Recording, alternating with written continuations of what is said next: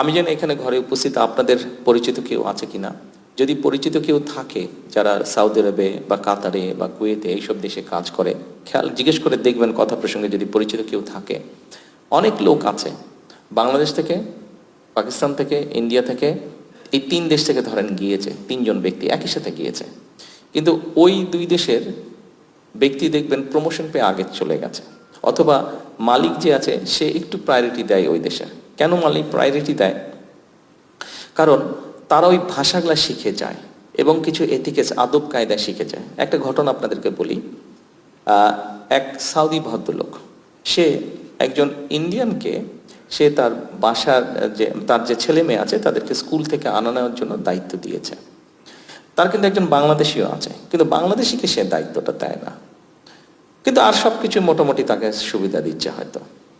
তো একদিন ওই বাংলাদেশি তাকে জিজ্ঞেস করেছে, আচ্ছা বস, আপনি আমাকে বাচ্চাদেরকে দেন না কেন? তো বলে যে, দেখ তুই সবই ভালো, সব কিছু আছে বুঝলাম, কিন্তু তুমি তো ইংরেজি বলতে পারো না, আর ওই যে ইন্ডিয়ানটা আছে ও ইংরেজি বলতে পারে। ফলে যেটা হচ্ছে, আমার বাচ্চারা যখন স্কুল থেকে বাসায় আসে তখন কিন্তু তারা ওর সাথে কথা বলে, ও তাদের সাথে কথা বলে, ভালো মন্দ সব কিছু কথা বলতে বলতে আসতে পারে, ওদের কোনো সুবিধা অসুবিধা বলতে পারে, কিন্তু তুমি তো সেটা পাচ্ছ না, সেই জন্য তোমাকে আমি ওখানে দিচ্ছি না।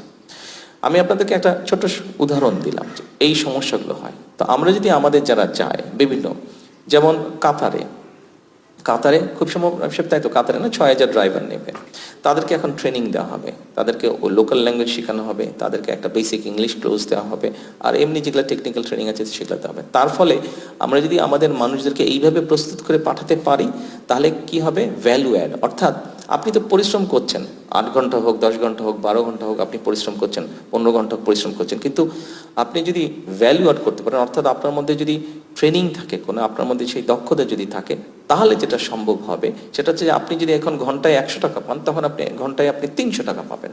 সেটা আপনার জন্য লাভ হচ্ছে, আপনার পরিবারের জন্য লাভ হচ্ছে, আর আলটিমেটলি দেশের জন্য তো অবশ্যই লাভ হচ্ছে।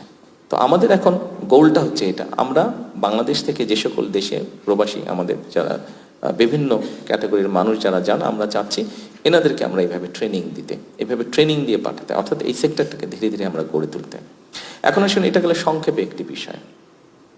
আমাদের আরেকটি চিন্তাভাবনার কথা আপনাদের সামনে তুলে ধরি। যেহেতু বিদেশে আছেন, সারাক্ষণ মন তো দেশে পড়েই থাকে সবার, হয়তো অনেকেরই ফ্যামিলি আছে, তারপরেও দেশে মন পড়ে থাকে, হয়তো প্রতি 15-20 মিনিট, আধা ঘন্টা, 1 ঘন্টা অন্তর অন্তর মাঝে মাঝে ফ্যামিলির সাথে হয়তো টুকটাক মেসেজ আদান প্রদান করছেনই আপনারা কম বেশি সবাই।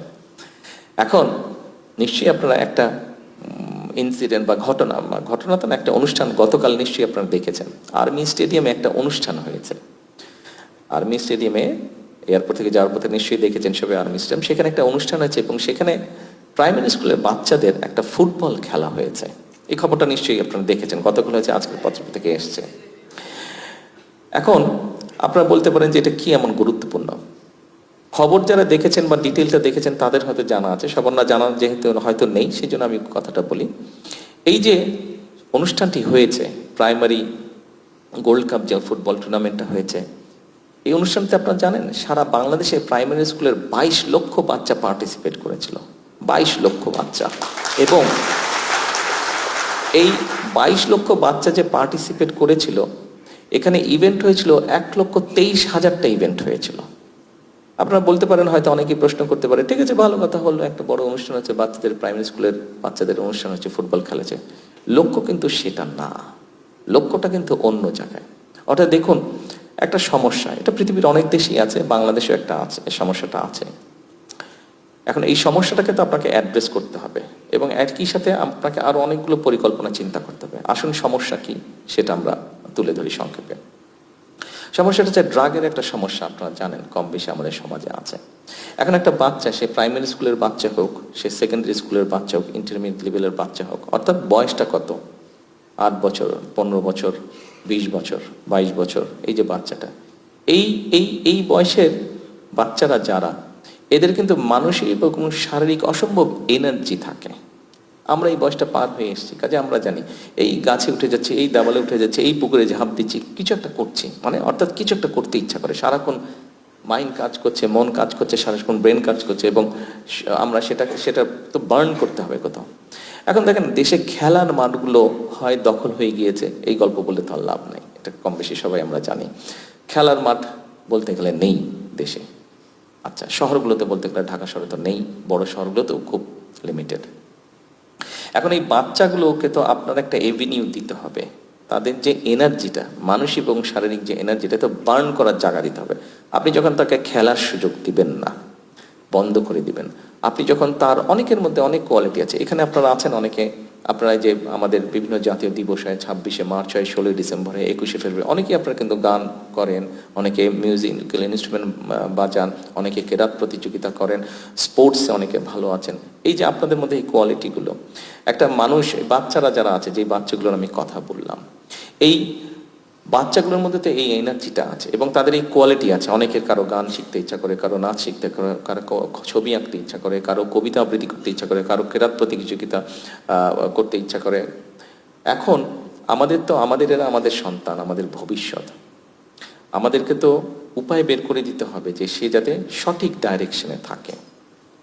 এরকমই একটি ডাইরেকশন হচ্ছে, আমরা চাইছি যে আমাদের বাচ্চাদেরকে আমরা খেলার মাঠে ফিরে নিয়ে আসি। সারাদিন ফেসবুক থাকা অথবা অন্য কোনো আকর্ষণ থেকে, অন্য কোনো কিছুর ভিতর থেকে আমরা আস্তে আস্তে আমাদের জেনারেশনটাকে নিয়ে আসি প্রোডাক্টিভিটিতে। এবং সে কারণেই এই প্রাইমারি স্কুলে আমরা খেলার আয়োজন করেছি।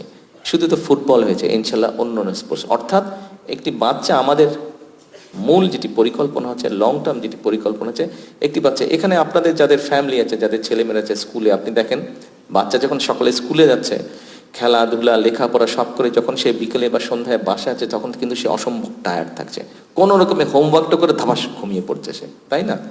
তাই তো বিষয়টা।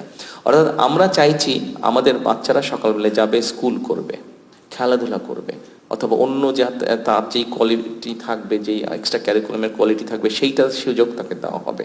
অর্থাৎ একটা প্রোডাক্টিভ ভাবে তার টাইমটা, তার মেধাটা, তার শক্তিটা, সবকিছু সে একটা প্রোডাক্টিভ কিছুতে প্রয়োগ করুক। সেই ফেসবুক বলেন, ইন্টারনেট বলেন, বা অন্য খারাপ কিছু বলেন, সেখান থেকে ধীরে ধীরে ধীরে ধীরে এদেরকে বের করে নিয়ে আসা। অর্থাৎ